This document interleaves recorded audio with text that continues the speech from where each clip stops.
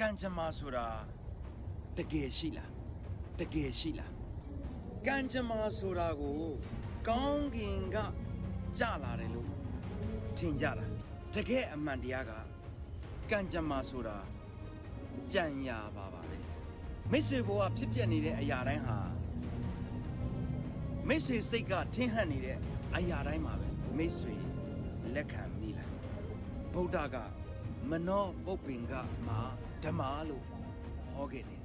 အရာရာဟာစိတ်ကအရင်သွားတာပါ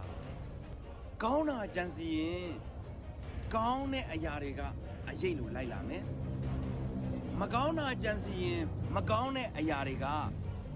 ဘေးလို့လိုက်လာတယ်သိကြတယ်ဒီကတော့မိတ်ဆွေစိတ်ထဲကဘယ်လိုပုံစံခွက်လောင်းမလဲဆိုတာပါပဲဒီဗီဒီယိုလေးကိုနားထောင်ပြီးမိတ်ဆွေစိတ်မှာအတွေးတစ်ခုရလိုက်တယ်ဆိုရင်မိတ်ဆွေရဲ့ကံကြမ္မာကိုအတွေးကစပြီးတော့ပြောင်းလဲကြည့်လိုက်ပါကွန်မန့်မှာလည်းမိမိကိုယ်တိုင်ကျွန်ုပ်ဟာကောင်းတဲ့ကံကြမ္မာဖန်တီးသူဖြစ်တယ်လို့ဒီဗီဒီယိုကိုနားထောင်ပြီးတဲ့အခါရေးပေးသွားလို့ရတယ်နော်သဘောကျတယ်ဆိုရင်လည်းတခုခုရလိုက်တယ်လို့ဆိုရင်လည်း yes လို့ရေးပေးပါကျေးဇူးတင်ပါတယ်